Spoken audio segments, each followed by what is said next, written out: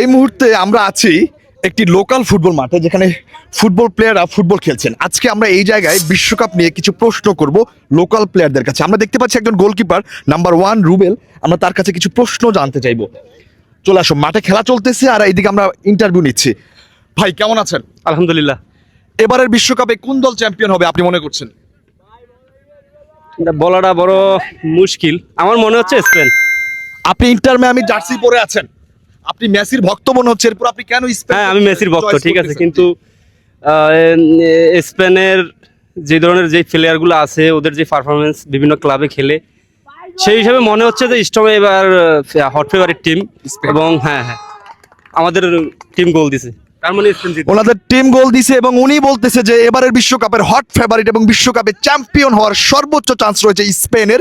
যদিও উনি হচ্ছে একজন মেসি ভক্ত এবং ইন্টার মিয়ামি জার্সি পরে আছে, আপনারা দেখতে পাচ্ছেন, তারপরও তিনি চুজ করছেন স্পেনকে, তিনি ফেভারিটে রাখছেন স্পেনকে। ধন্যবাদ সবাইকে।